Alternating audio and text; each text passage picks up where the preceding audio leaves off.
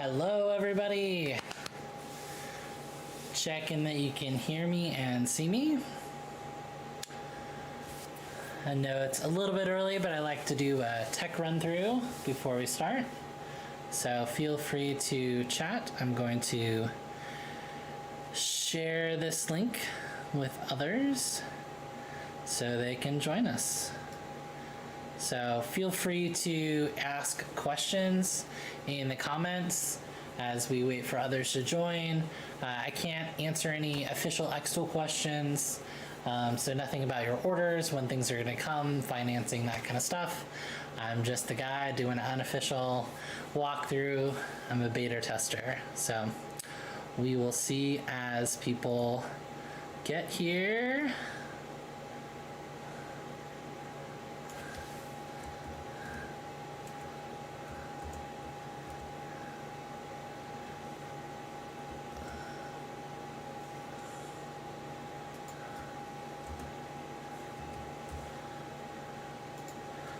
All right.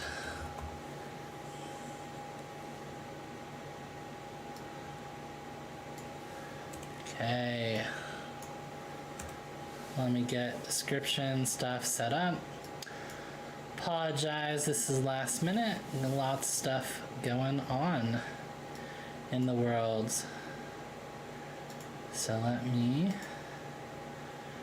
get set up and we will get started. As you join, sign in, let me know where you're from, and we will get started in about 10 minutes.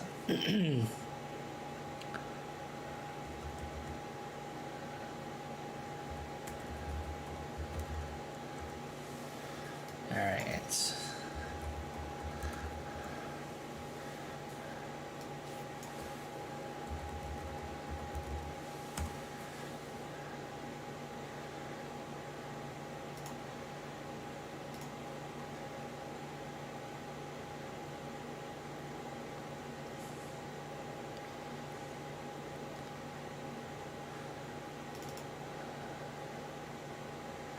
Welcome everyone.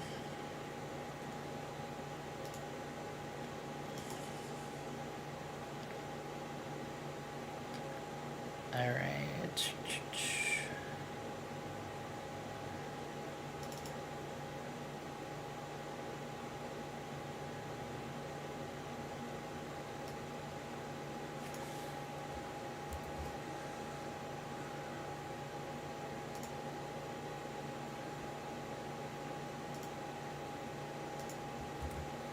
There we go.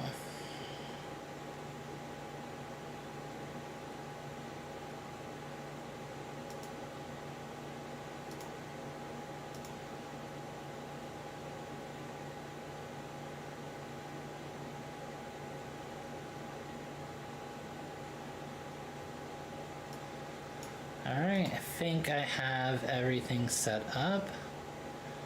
I do not see anybody joining us yet. Let me grab the link, share that around.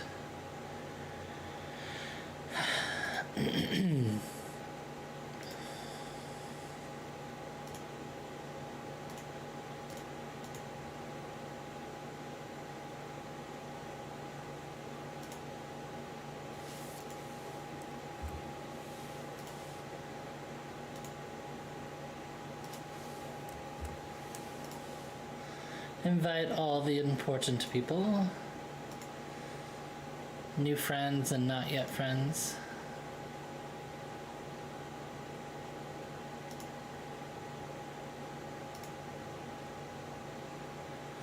Feel free as you join to put your questions in the comments. I can't get to everything. Again, a pre-production machine. I can't answer any questions that are specific to xTool. So like I can't tell you where your machine is. All right. Here we go.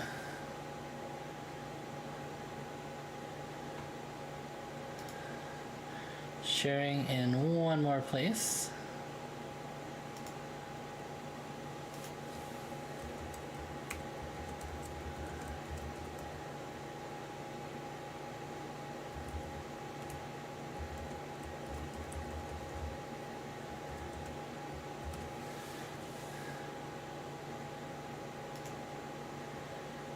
All right.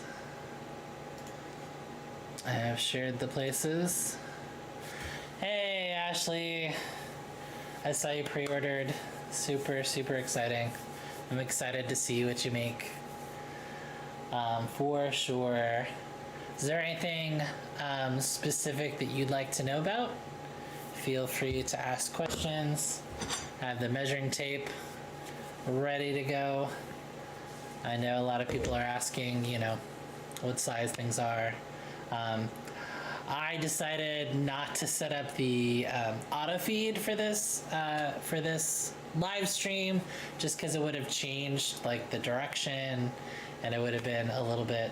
I could answer questions, my experience with the auto feed, the beta auto feed that I have, but it was just too hard to try and, you know, try to master that and get good recordings of it. So let me cycle through the cameras. I assume you can hear me, Ashley. So here is the machine top. And then we have the inside the laser cam.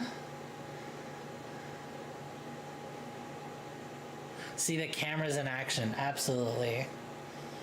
I can do that. Hello, Jennifer. Welcome, welcome. Yeah, the cameras are crazy. Let me...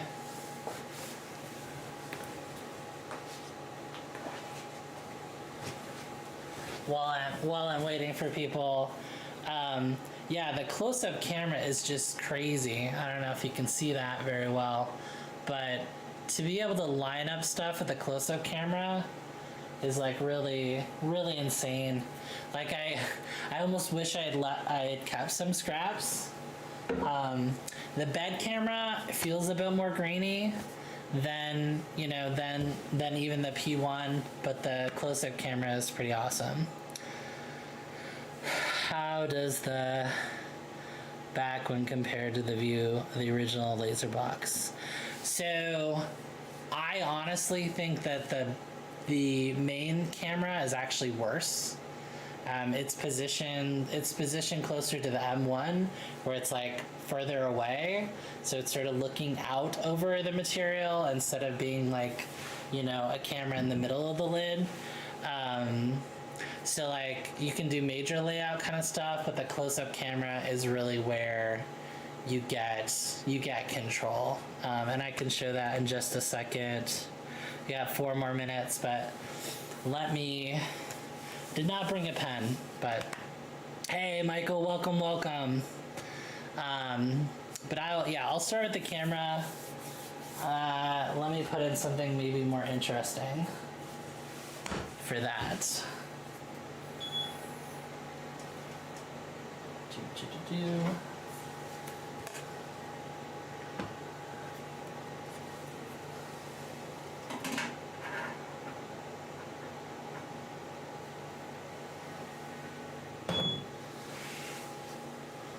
Something that will matter.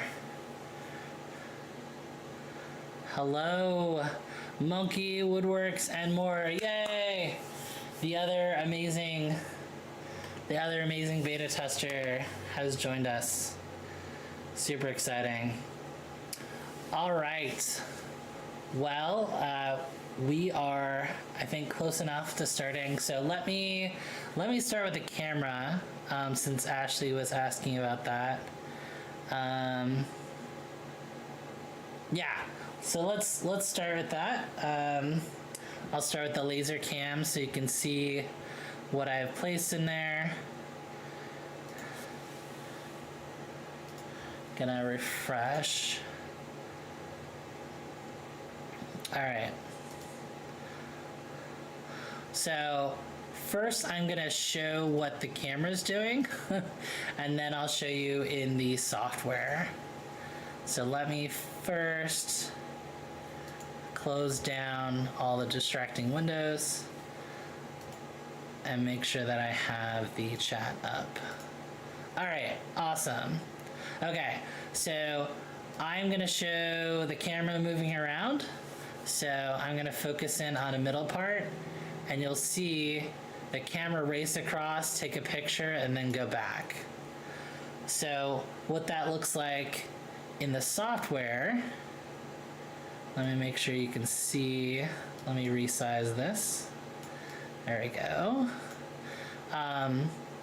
So what that looks like in the software, I know this is a little small, is up here there's a refresh, so I can refresh the all bed camera, and then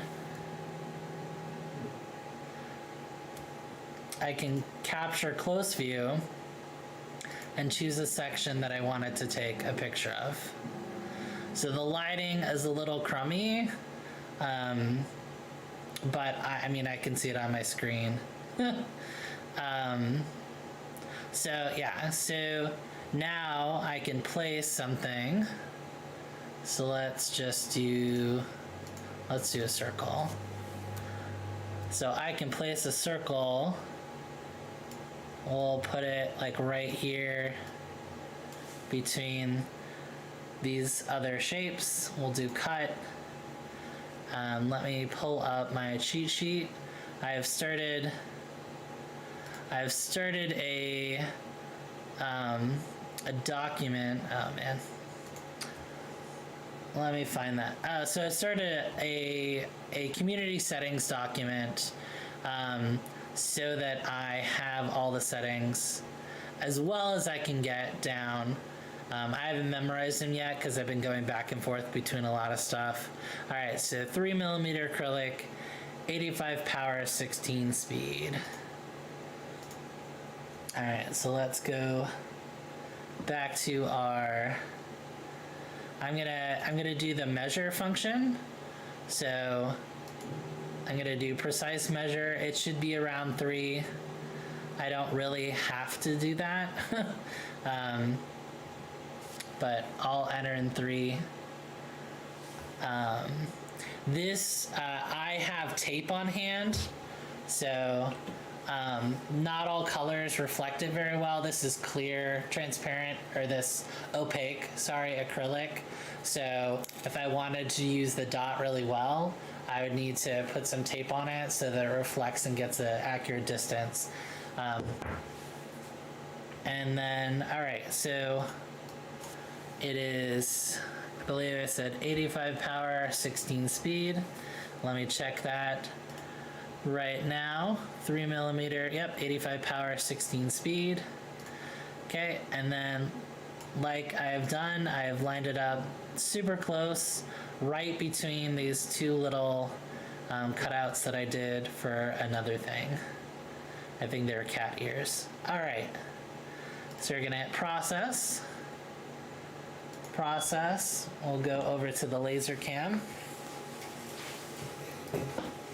I am going to turn up my my exhaust so it'll get a little loud, but I don't like the smell of acrylic.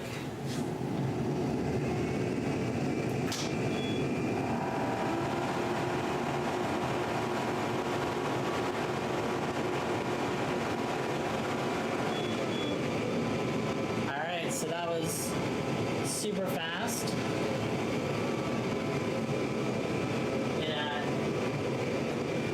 It closes for just a second to make sure it has time to vent.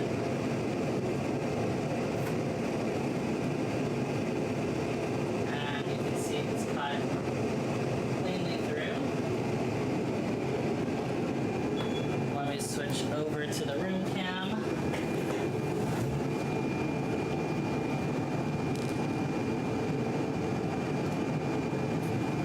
So right where I placed it, it's probably hard to see, and it cut clean through, 16 millimeters per second. All right, let me we can hear a little better. And let me check in and see what kind of questions we have going on. All right, lots of folks. All right, hey, Carrie. There are lights inside. I have I have like streaming lights on, so the lights in the room are actually lower. There are lights inside of it, and they are pretty bright. The translucency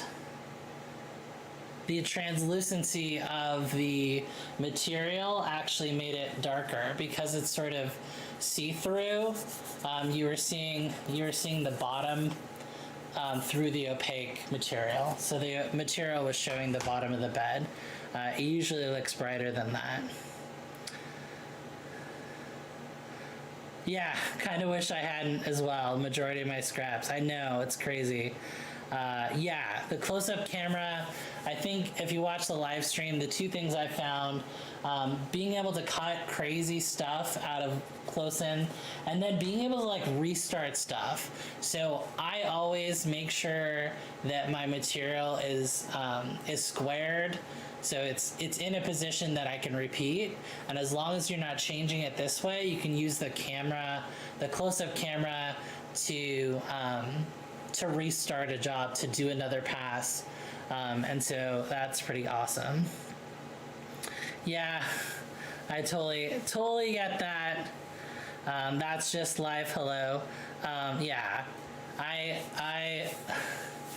totally get the financial aspect of the machine for sure.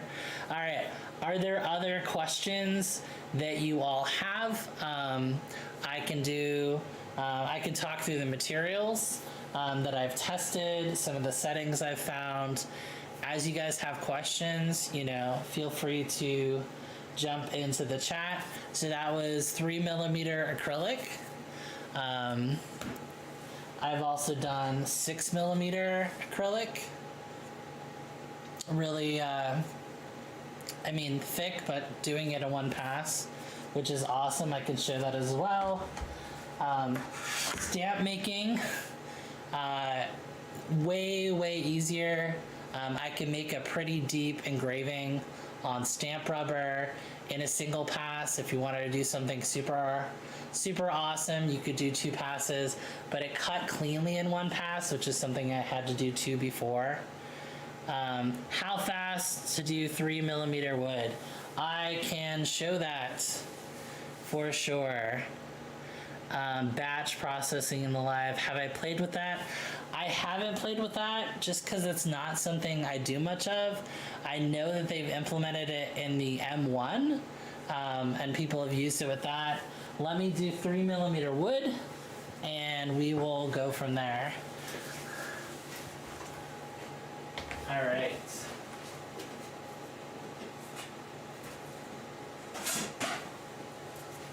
So let's switch to laser cam.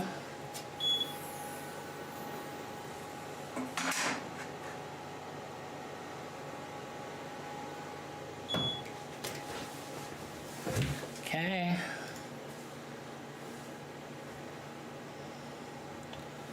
All right, you can see we got the material in. And then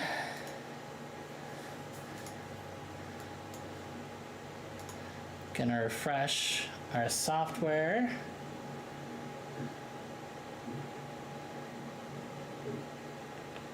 Okay. So there we go. Now we got our software. I'll just do my boring standard swatch. Swatch to electric boogaloo, which is how I test my material. And let's play with the close-up camera and get as close to the edge as we can. All right. Okay, cutting. I've got to get my settings cheat sheet because I've been going back and forth between materials and machines. I have not memorized. All right, 85, 35. is what I have. All right, so 85 power, 35 speed. I haven't gotten it to go to 40, but don't need to be greedy. I'm gonna do a measure. It should give me close to 3 millimeters. It says 2.2. I'll just, round it up to 3 because I know the thickness. And then let's process. Let's go to the laser cam.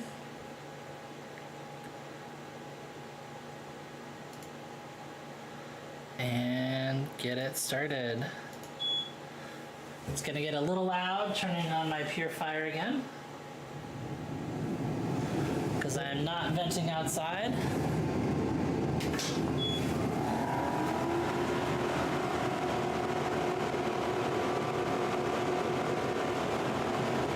All right. It stays locked. As I said, make sure you don't breathe in anything. And there we go.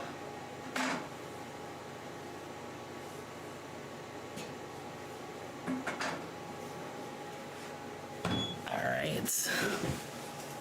Room cam. And so, let's see if I can do the fancy. There you go. See if it'll focus. You can tell I have mad videography skills. So this was the top side, and then the bottom, and there's like almost no charring, even though it's 85 power. And 35 millimeters a second. So let me get back to your questions. I know there's a bit of a lag, so I will do my best to catch up. As you all catch up to me, yeah, it's really like barely any char. Even the side. Let me see if I can show you the side. So even the side is not nearly as black as, it's still got that nice brown to it. Oftentimes when things get charred, it gets charred, really poorly on the tops, and then it gets really charred up on the edge. So yeah, the speed is super fast. I mean, I know I said it in the live stream video, but like, I was floored that I could go faster and faster and faster and have it not have issues. It was really crazy. All right, other questions? Laser Daddy. Yeah, no, I totally get that it's, we'll see. Hopefully the trade it forward will help you, Camille. So other materials that I've done EVA foam, which is, if you know any cosplayers in your life, these are obviously daggers, a layered dagger my son made. This is 10-ish millimeters thick, and I could do this in one pass. And so it cut super cleanly. It also, you could do engraving. So with EVA foam, it's neat. You can almost get a three-dimensional kind of feel by doing varying degrees of engraving. And so by being able to have more wattage, I could do some inset kind of stuff with that. So here's my little EVA foam blocks that I played with. And then, I love, it's probably not good for you. I will own that. This is not a health food kind of material. You definitely got to make sure that you clean it up well. But I love this dry erase board and the things you can do with it. So this is one of the things that I cut. There's a couple of different versions of this. One that has the brown, which I prefer, and then the other side has it has chalkboard on the back of it, and unless you need the chalkboard, I'd really avoid it. There's some metal in the layers, and so it can spark and stuff. I've never had a fire with this, but yeah, without is better. And I believe the Lowe's version of this is also thinner, so it's easier. Let me check and see what questions you all have, because that is what I'd like to do. All right, would it be feasible to build my own wooden riser base? There's something unique about the xTool riser. Okay, it would be feasible. I personally don't, I don't think you would, I'd be careful building your own. So this is metal. This machine is super heavy. It's like 45 kilograms. So this is really built to support the weight, and to do so very, very strongly. It is over engineered. This is all metal. It also, I have my little camera in here, so I'm not gonna pull this out. My camera snaked through the tray. It also has numbers for different levels, and those numbers, you can, let me make sure you all can see me. I think I'll go to the laptop cam. There we go. So it's got this little measuring tape. So like if you wanted, let's see if you can see this, probably not. So you could measure an item with this tape and then know what slot to put your tray on to make sure that it had clearance from the head, and that it would be fine to focus. I think somebody is asking about the RA2 Pro. I would want a riser base if I was going to be doing any rotary stuff. You can only really do tiny stuff. I think it's like 2.7 inches or something, without the riser base. So I definitely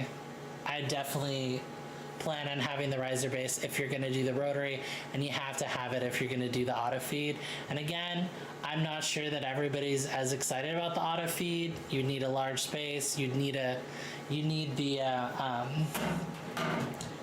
the customers to justify the expense. It's super fun, but I know it's not for everybody.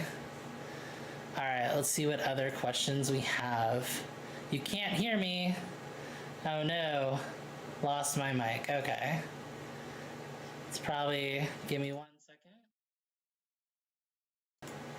All right, I apologize. I had muted that mic. I was doing another project. Okay, so recap. There is a measuring tape this came with, and the thickness of the thing that you're going to be putting into the riser base, it tells you what, where to put the tray for the best. So if it's this thick, put it on this specific, and there's numbers. There's like 1A, 1, 1A, 2, 2A, 3, 3A, 4, 4A, 5. So it'll tell you where to put the tray. I was also saying if you're going to do anything with the rotary, I'd recommend the riser base, because you can only do tiny stuff like 2.7 inches or something without the height. So I think that's all I said that you all couldn't hear. All right. What type of maintenance is needed? All right, sorry. Okay. Measuring tape, yes. Couldn't hear you all, apologize. What kind of maintenance is needed? So, so far with the slats, which I haven't talked about at all, it doesn't really get very dirty. So there isn't smoke that's getting trapped. Overall, it feels a lot cleaner because they're slats instead of a honeycomb. So maintenance things, I'm always shop vacuuming out the machine if there's any like little bits and stuff that are left in, you know, if you're doing a lot of little stuff. So shop vacuuming out to, you know, to get rid of things that could catch fire. A dust blower thing that Camille recommended, that's, I'm not sure if it's in the description now, but it's in the description of my 40-watt cleaning video. Ellie's awesome. Not for any mechanical areas, but for the tray. I know that Michael and his channel recommended vinegar, isopropyl alcohol. I'd recommend those as well. So that kind of maintenance. I haven't cleaned the lens yet, but there's a magnetic thing to get to the lens, and then a couple of screws to get to that and clean it. All right, other questions. All right, excited for RA Pro usage. Yeah, I have not nearly dived into what it can do. It's a little intimidating, I will not lie. But just, you know, rings, like all sorts of things that the RA2 can configure to do, it's really exciting. All right, let's see if I missed other questions. All right, can show you how to use the slats and clips. Okay, I can do that. Let me switch over to this view. Hopefully that'll be the easiest one. Let's see if it focuses in. Okay. So I have found to be able to use the clips, I have to put the bars at the very edge of the material. So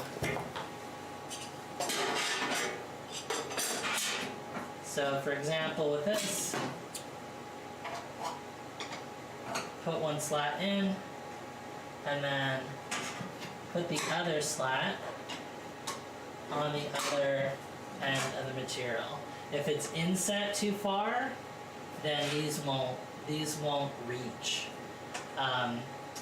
Michael, again, thank you, showed me that if you pull these out, you can get more depth than I thought you could. If you just clamp it in like I was doing, the screw would get stuck.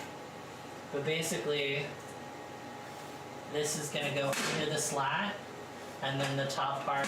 And I'm using this backwards from what I used to use it, but it has less of a footprint. So I actually prefer it sort of upside down to what's intentional. Alright, and so that, hopefully you guys can see that. That's holding the material down on that side. And then it's going over the material, and then it's going underneath.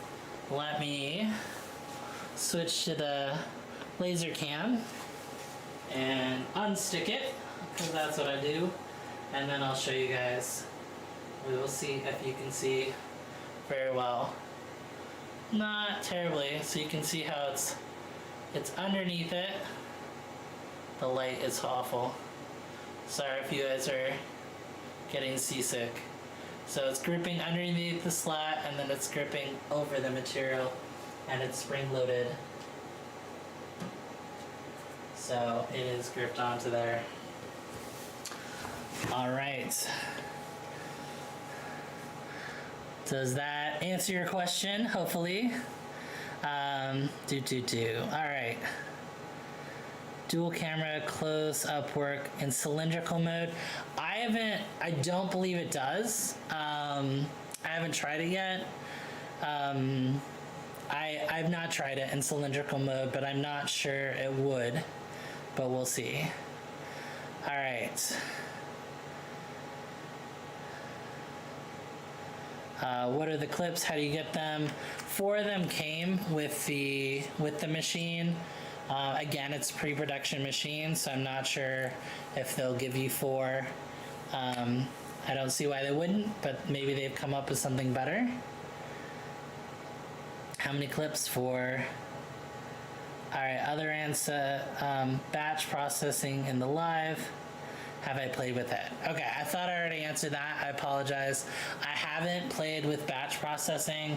I don't really do anything like that. I do have some wood pieces where I can try that. I can try that out, but I haven't tried batch processing. I know some people have in the M1 group. So, all right, other questions that you all have or things you'd like to see. You know, if you want to see me laser some EVA, talk about my experience testing, some ideas for projects that I have coming up.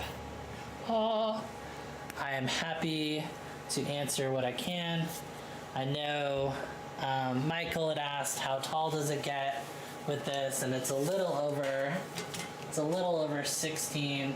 It's like 16 and a quarter the machine gets with the riser base. So,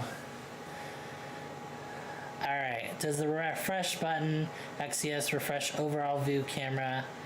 And yes, so yes, yes, Monkey Woodworks and more. Yeah, now the refresh button refreshes both the overview and the close-up camera. That is, yes, what it does. All right, other questions that people have, feel free to type them in the comments. Okay. I'm going to cut, until you guys have other questions, I'm going to cut some 6mm acrylic in one pass because it's exciting to me. So let me get that set up.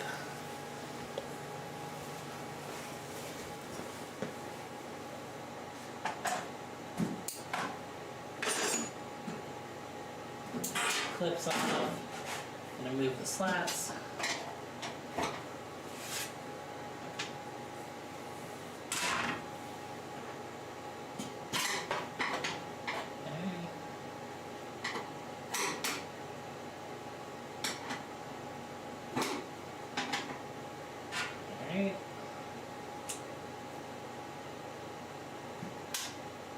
I don't really need to clip this material because it's not going to move, but since you guys are excited about seeing the clips in action, I will clip it down.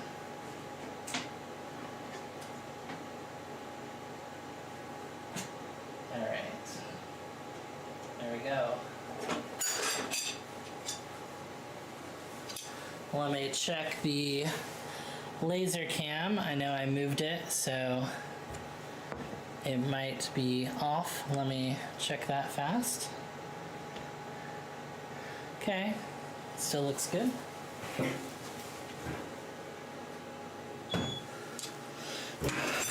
All right.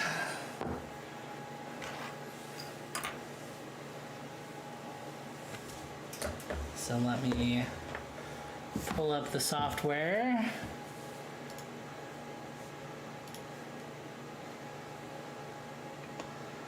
Okay, so I'm gonna refresh, scroll out. All right. So obviously my close-up camera is off now. So let's go down here. I got a little bite taken out of this. All right. And then this is cut. And then let me look at my cheat sheet settings. So for 6mm, 108, one pass. I did have it faster at less power, but I was finding with the different, you know, whether I had masking on or not masking, it was getting to the point where it was, a little annoying. Like it would go through but not through the masking. So 100, 108. We'll switch over to laser cam. I know it's a it's a little anticlimactic because cutting is so fast. You blink and you've missed it.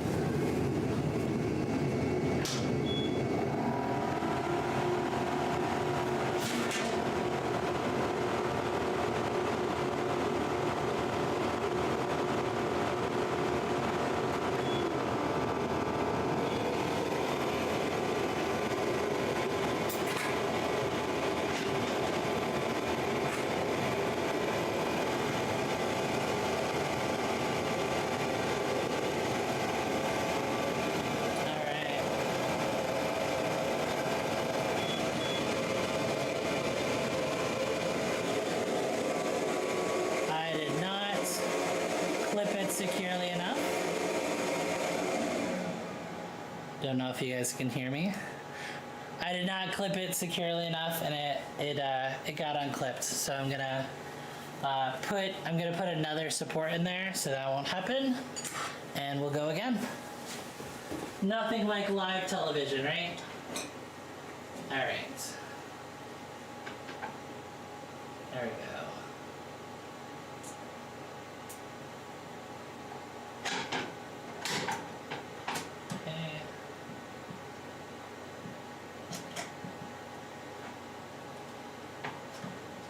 One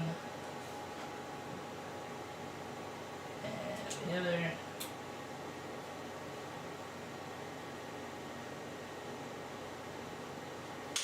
Okay. All right.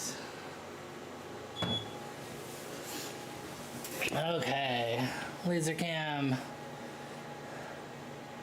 Actually, we'll refresh.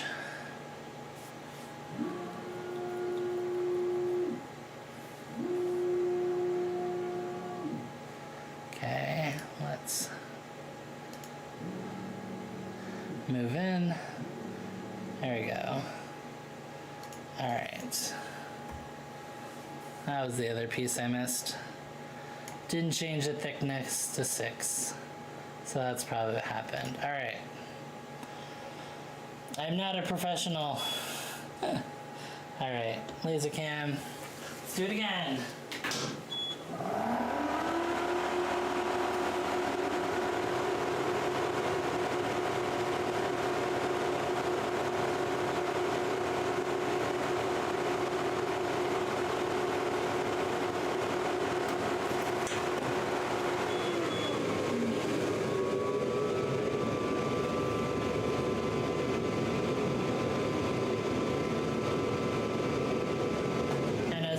It gives a little pause.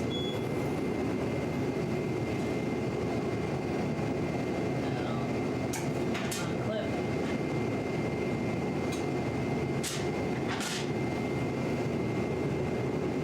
And here we are. There we go. So popped right out. Clean cut,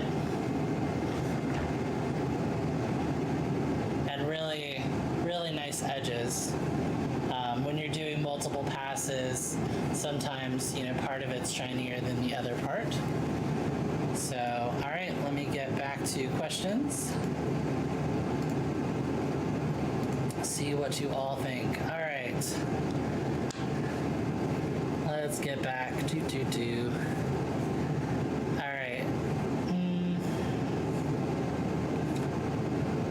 Focus manually in light burn. I can show that.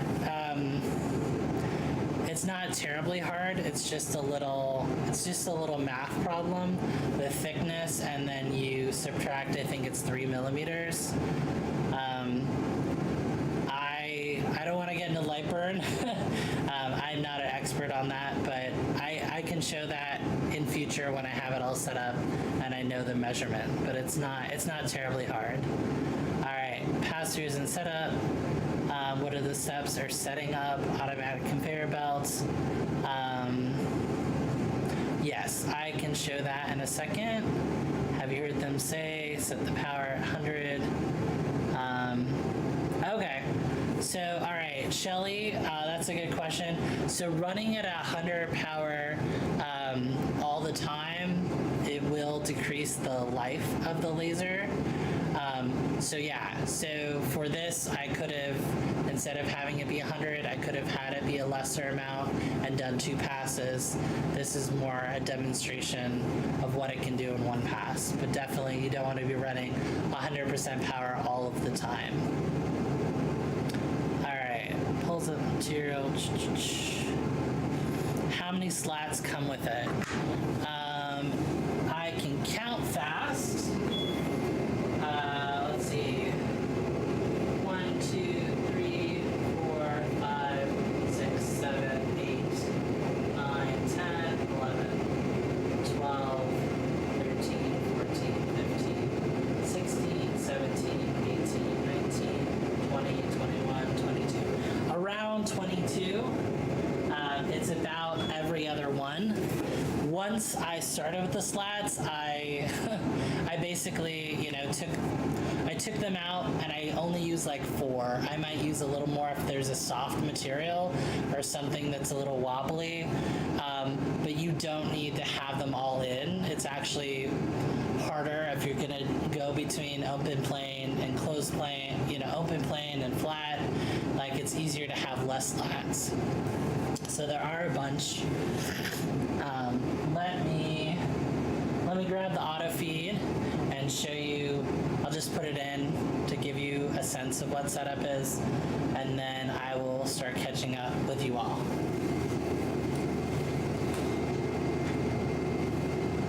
All right. So I think you all can see me. Let me make sure I'm on the right camera. Yes. All right. So here's the auto feeder. Again, this is pre-production. To set it up, you move the tray down. To do that, I've got to take out my little camera. So you move the tray down to 2A.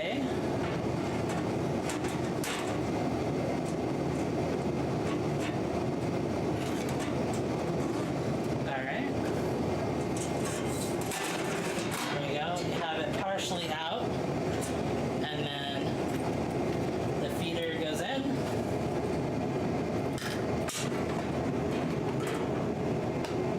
Okay. Let me see if I can use the laser cam to show this. There are 2 screws that go in those 2 holes on each side, and that is how you attach it. Once it's fully screwed in, it rests firmly against the machine, so there won't be wiggle room, and it won't be resting on the tray anymore. Back to room. Hopefully nobody had an issue. So yeah, so it's 2 screws on each side, and then you assemble these things, and then these have a little sort of under tension plastic thing, and they slide in like so. And then they recommend that you use 2 screws on this to set them. And again, you would set these different widths based on your material. And then there's the same on the inside. There's the same little channel thing, and then you have 2 more that go through the back of the machine and connect in onto the auto feed. So 4 screws, slide some things in, and then the cord, there's some little sticky channels that you put the cord through to plug it in to the port back there. So that is auto feed set up.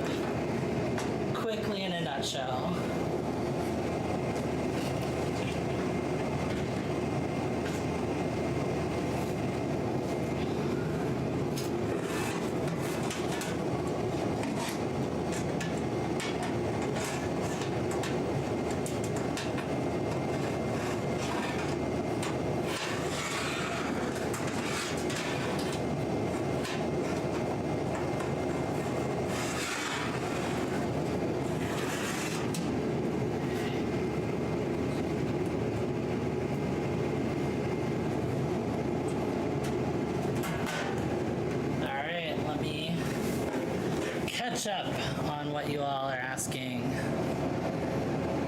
Okay, slats. Oh man, it just caught up. Yeah, no bathroom breaks. Yeah, yes, so to go back to what happened, Monkey Woodworks is correct. I didn't measure the thickness. I didn't change it from 3 millimeters to 6 millimeters, so it just bumped the material. I pressed the stop and it was all good. Air assist is built in. You don't need to add it. All right, how many slats? Got it. Power, got it. Pass through, got it. All right. Only tray to hold it while you screw into the frame. Correct, yes. So that once the auto feed is being held up, I've sometimes moved the tray down. It's really, you need to still have it in to protect your, you still need the tray in, but it doesn't have to be right underneath it. And when it's going, it's actually lasering on the closest part. So it's actually, it shouldn't, unless you do something wrong, which I did when I first got it, it shouldn't be lasering it a way that it would hit your table at all. All right. What's the difference between pre-production version and the final version? So testing is ongoing. Some things I know are going to be updated. The rollers are going to be updated.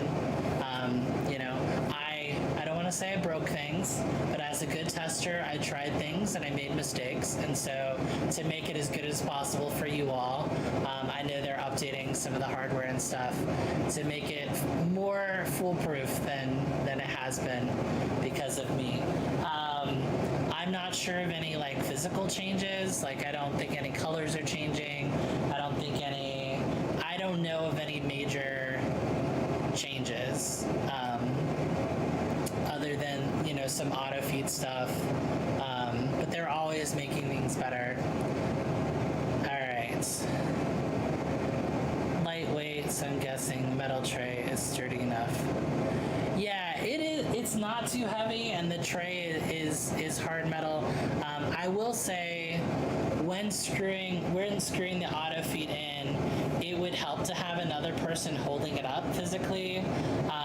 One of the screws is much deeper in the head of the screw, and since you're using this little hex key thing, it helps to have somebody hold that up. I'd also do part of both the screws on one side and then part of both the screws on the other side, because if you do one all the way and not the other, you can have some sort of cross tension.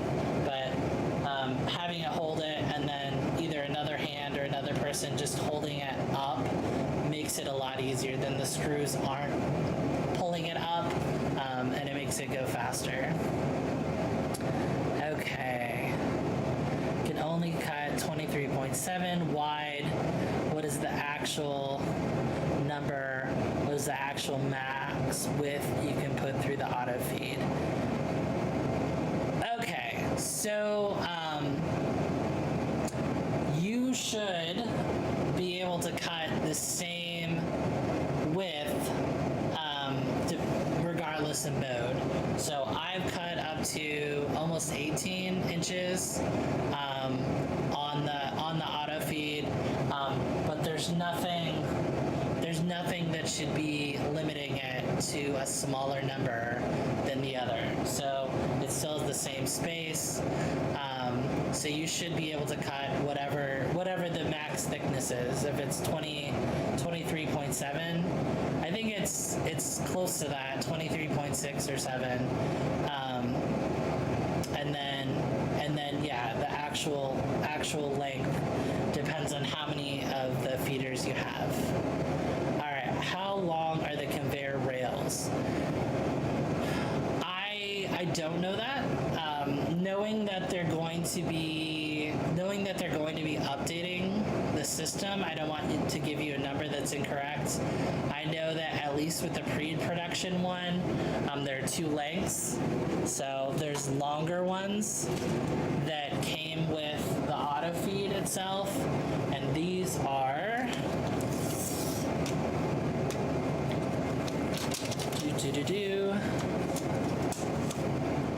so these are 25 inches.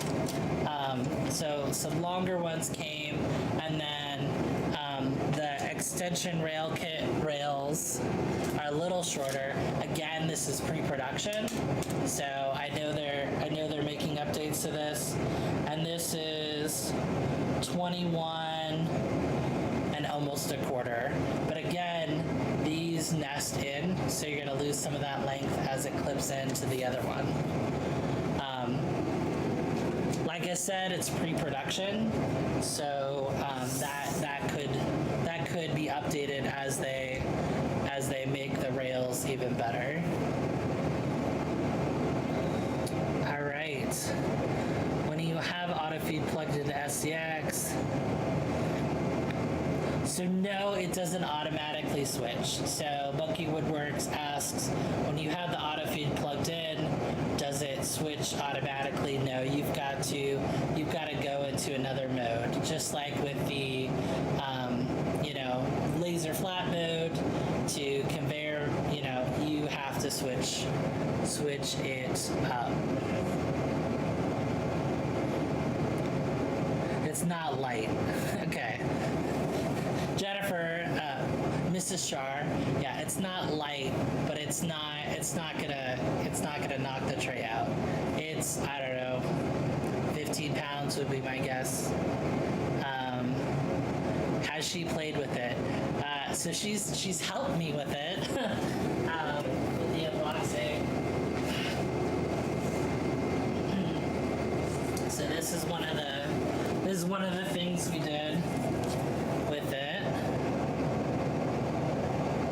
Let me see if you guys can see this. It's dry erase board, so kids can draw in and decorate, and it's the chalkboard. And this is scoring. So it is scored, not engraved. All right. We are nearing the end.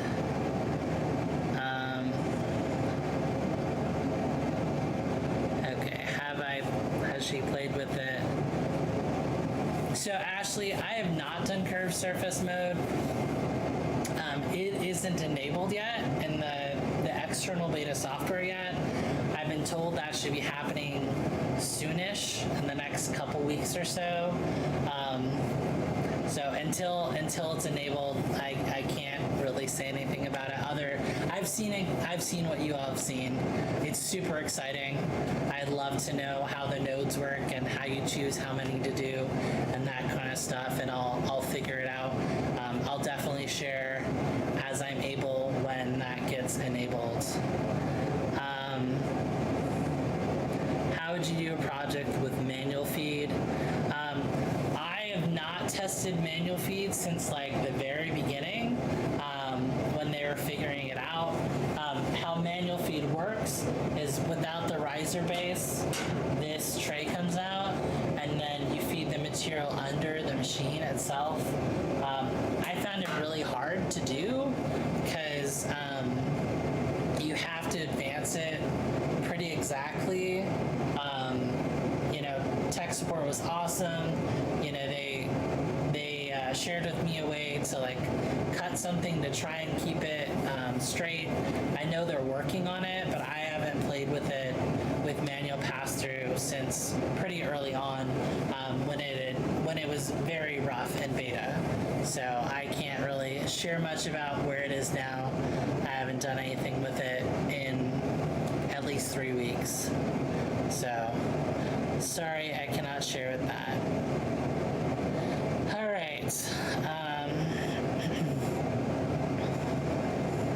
Okay, so is the riser base just for the auto feeder, or will you need it for the rotary accessory? So thanks, the Cap 82. Unless you want to do like teeny tiny stuff, you know, super small stuff. If you want, you know, if you want to use the full potential, if you want to do large tumblers, things like that, you're going to need the riser base.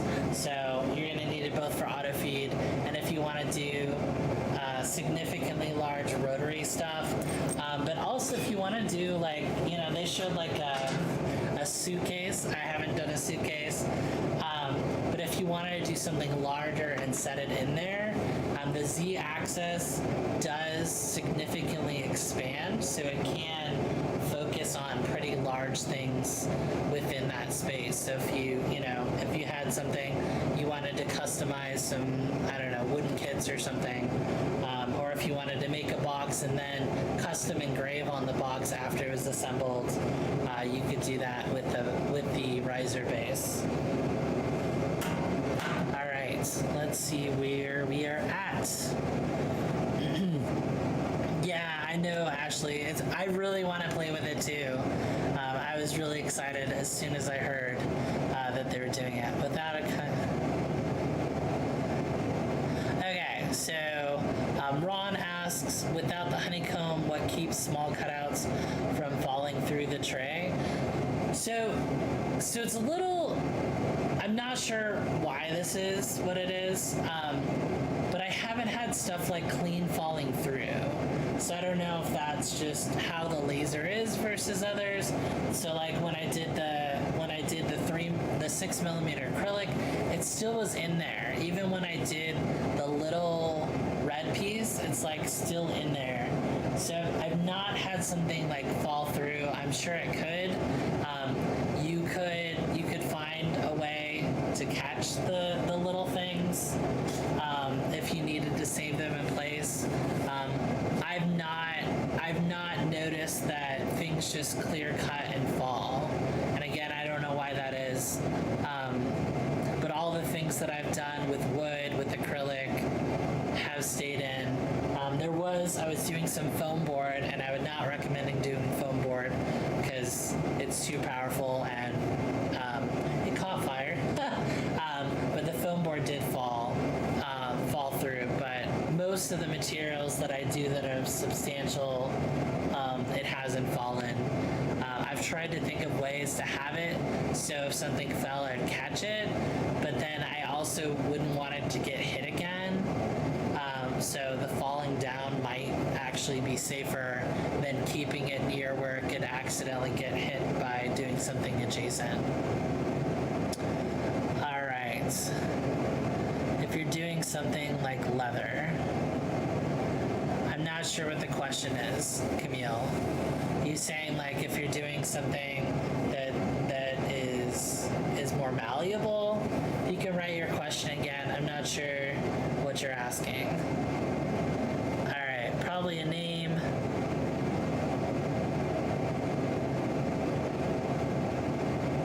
The eye would drop out. If it's gonna be cut out, then yeah, it might drop. So, all right, so Mrs. Shar is dropping knowledge. So with the auto feed, there are in the software tab options, so things won't drop out while it's moving it back and forth, and you can adjust those tabs, and they have recommendations based on how big your thing is.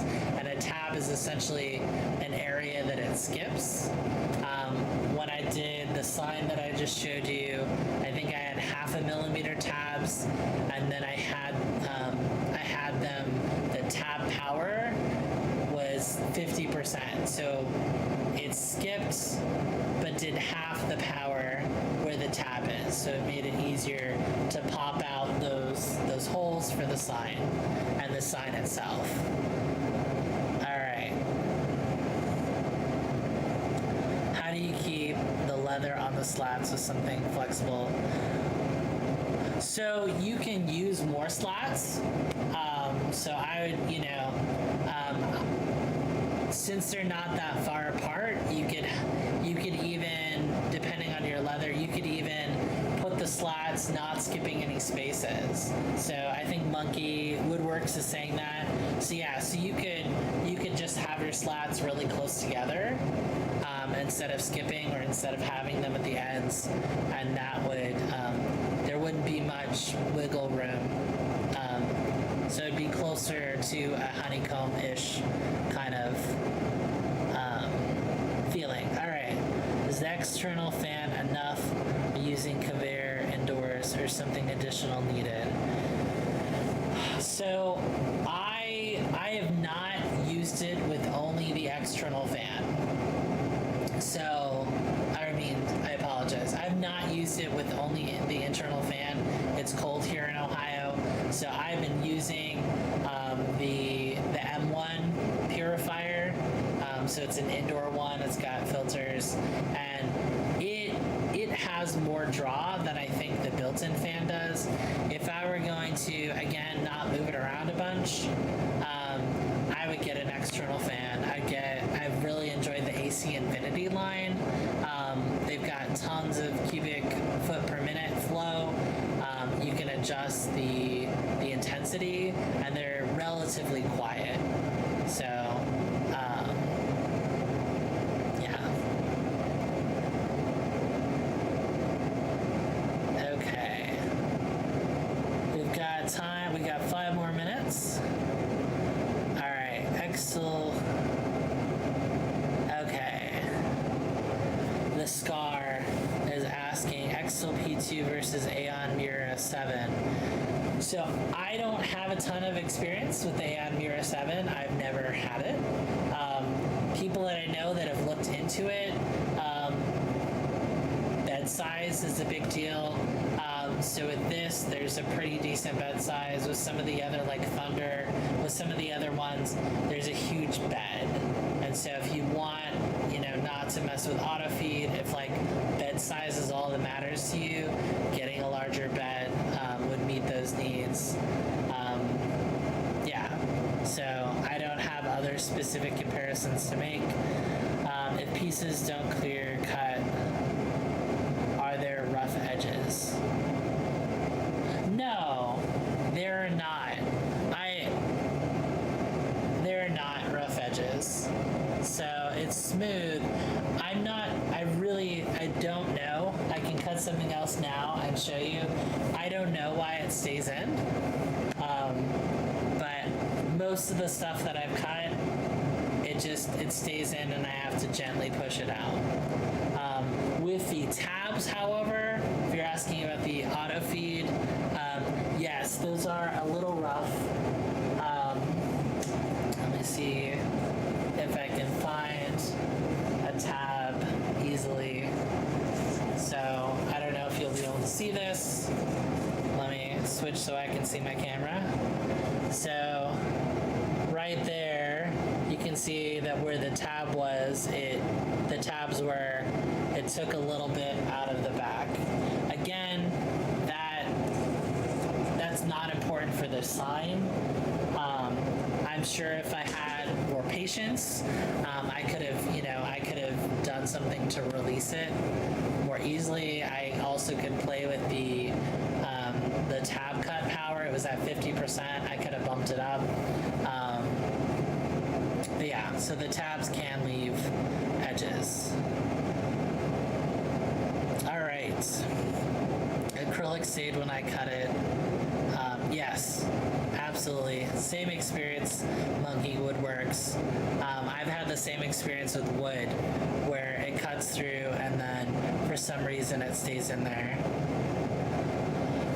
All right, we've got a couple minutes left. Any final questions for this live stream? If people have any things you want to see in the future from a live stream, feel free to let me know. Obligatory like, subscribe, like all that jazz. I have have a Facebook group called Shar's Craft Lounge, which is specific to this YouTube channel.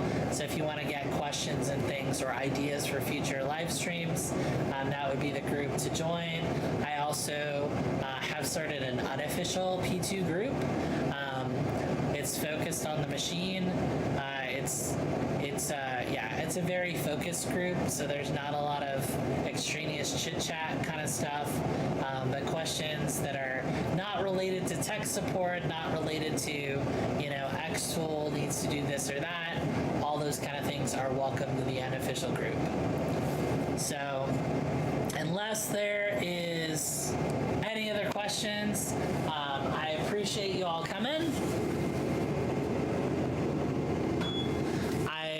Most certainly will probably do another one of these when I get curved surface enabled, because I definitely want to show that out. Is the air assist controllable? Right at the end. So Jim, I've been told that there will be a variable speed. It's not enabled in the software yet, so I can't speak to how they're going to do that. I know for a fact that you're not going to be able to disable it, so that would be a safety issue. But I know that there's going to be variable control over that, and I think that Monkey Woodworks answered that as well, so thank you for doing that. All right, thanks everybody for joining, and as always, have fun lasering.